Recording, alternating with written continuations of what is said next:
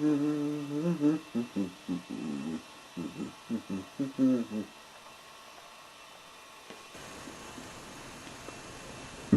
Bean was visiting festive food, finding Mr. Ben, who was beginning his walk to the costume shop. "Do you still have that Reliant Regal van?" Mr. Bean asked. "It's still with me, Mr. Bean, but I'm not taking it to the costume shop," said Mr. Ben. "But when Cooper sees I drive it in North Ireland, I could take it to the farm." A car stopped as we talked. He looked up to see who was driving it. "I'm driving this Volkswagen. I hope you could push me off the road," said the driver. It was none other than Mr. Spout. "That Regal's Mr. Ben's. He treated well when we went to Tala together, and I didn't knock him off the roof unless it was you in it," said Mr. Bean. "These days, for your vehicle, sir," said Mr. Ben, pointing out, "it and many vehicles are never on roofs, as 4 wheels prove better." "Well, I want it back, if you like the Beetle," said Mr. Spout. Mr. Bean and Mr. Ben looked at each other, then at the vehicle. It was very clear he always hooped, but keeps knocking it off the roof. "I'll tell you what," said Mr. Bean. "Why don't I challenge you in a course and see which car is the best at keeping the corners?" Mr. Spout agreed, and they attended the racetrack, where any car is tested. Mr. Bean had his menu ready, but Mr. Spout got back his vehicle for the driving test. Mr. Ben waved the flag, and they set off. Mr. Bean went driving well, but his car was the only cooping vehicle to cope with the corners, because Mr. Spout's car didn't follow, as it struggled and went off its wheels. Mr. Spout had to get out, as he managed to hurt his tooth during the crash. Mr. Ben did tell you it's not built for racetracks," Mr. Bean laughed. "I had troubles with it when I slipped into a field, so you can keep it, as you gave me the Volkswagen," said Mr. Ben. "I'm glad to have it back. I'm not living with the menu on the roof with more, since he got me driven into a river," said Mr. Spout, as he took his van to the wharf. Mr. Ben and Bean left to attend their visiting places. Mr. Bean went driving to the museum, finding the menus, thinking it was time for another adventure. But when he got to the museum, he could not believe his eyes. The Reliant Regal was given to the display building, and Mr. Spout had got himself a children's van, who was working as a delivery man. I guess he's moving to wheels. If I could tow it, I wouldn't bother his van by knocking him off, though, thought Mr. Bean. He threw inside the motor, reaching red, white, and blue. As if by magic, white would cut from sleeping like red was. Morning, Mr. Bean. I was liking to go to Wales to visit a beach. It's a fun place to play in the sand, said White. It does look like fun. I'd like to see how you can draw a ring, said Mr. Bean. Careful, Mr. Spock's moving there. He could want to knock his Regal off. Mr. Bean got into White after he let him put his menu in its place. Then he set off to Wales. It was late when we got there, and there was a railway he'd never been to. It was the Taliesin Railway of the engine himself. This is my first look of a narrow gauge railway in Wales. I reckon it's a perfect snapshot movement. Mr. Bean took a photo of the railway, then the engine running it. Then we went looking for the beach. Suddenly we stopped by a house. There was the Reliant Regal that was parked there. Oh, I remember seeing him when we took his van out of the water, said White. Best not meddle with him. He's wanting to settle in this country, said Mr. Bean, and we drove on to the beach. It was quiet when we were away from the railway. We were in the middle of the wood with tall trees, and White felt even more very small.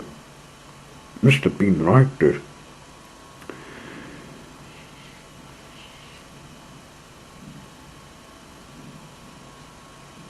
It's not like it, but it reminds me of Farthing Wood.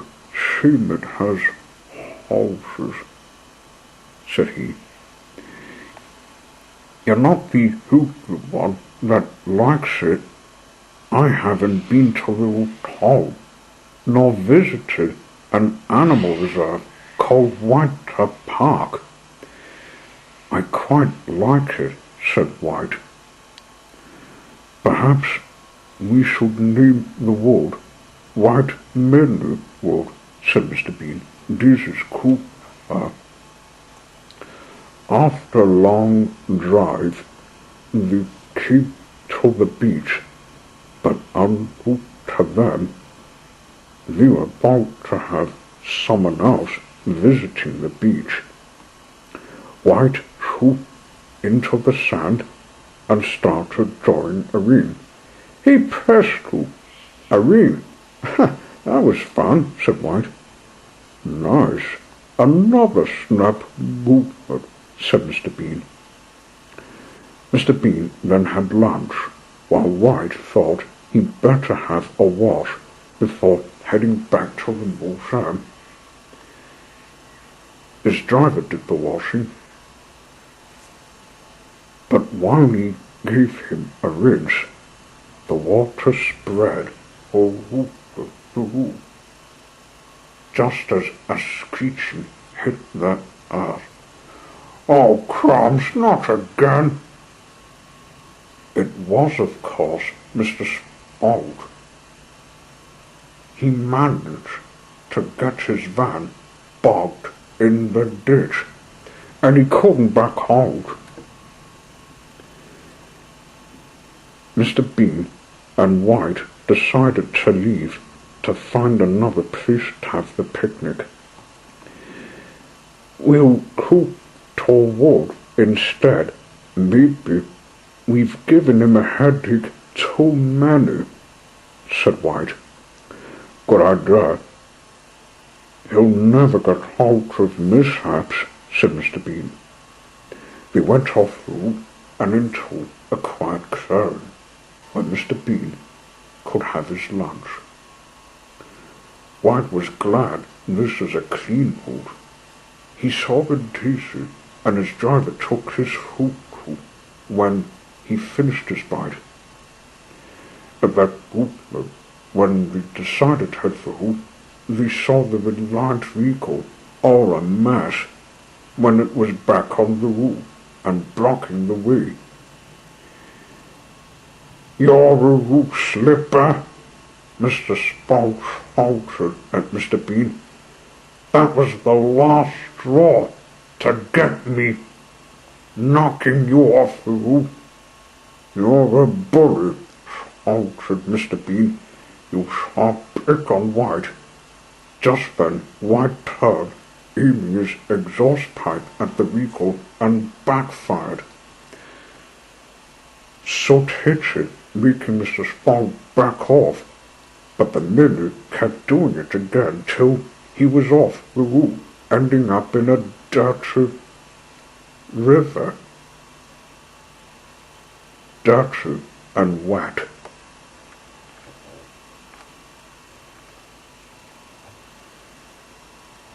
"Well done, White. Oh, we better leave before he recovers," said Mr. Bean. So they drove on. Mr. Spout shook his fist at them as he was left behind to get his van out again. White and Mr. Bean thought they'd better head for home. Just then an officer blocked them. "What's going on, sir? I heard Mr. Spout's been off the road," he said. "Nothing much, officer.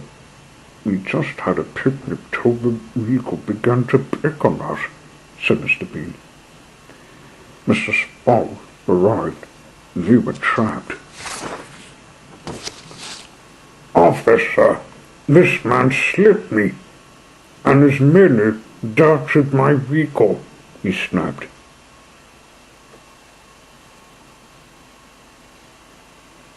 "You'll have to clean and mend it, or you'll be under arrest," said the officer. "Oh, he'll do it all right," said White.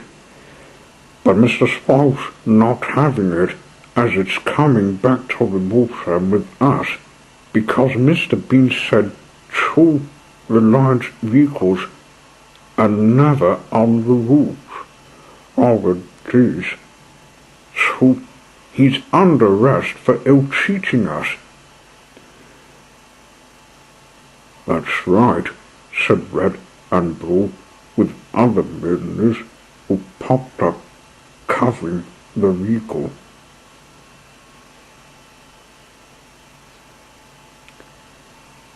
"He's also under arrest for stealing the Blue Beetle. Mr. Bonaparte told the police, and we came after ditching in the river."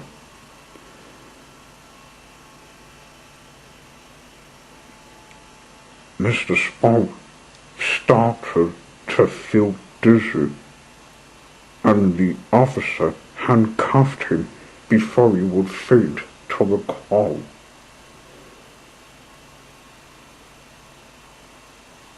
"Mr. Bean and the millers prove a point, sir. Time you should retire driving Reliant Regals. Come quietly." Oh, crumbs."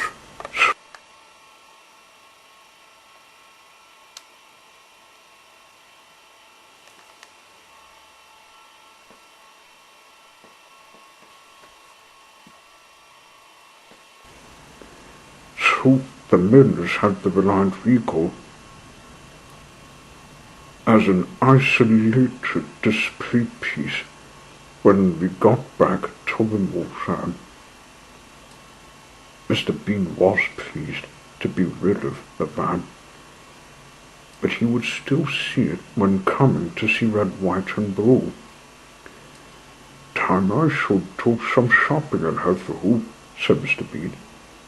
"Me who will come back for more adventures because I'm next," said Blue.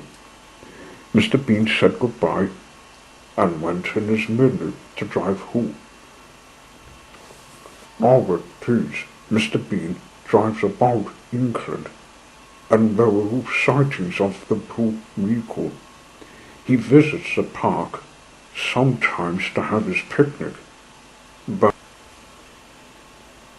when he sees another Regal, he keeps his distance.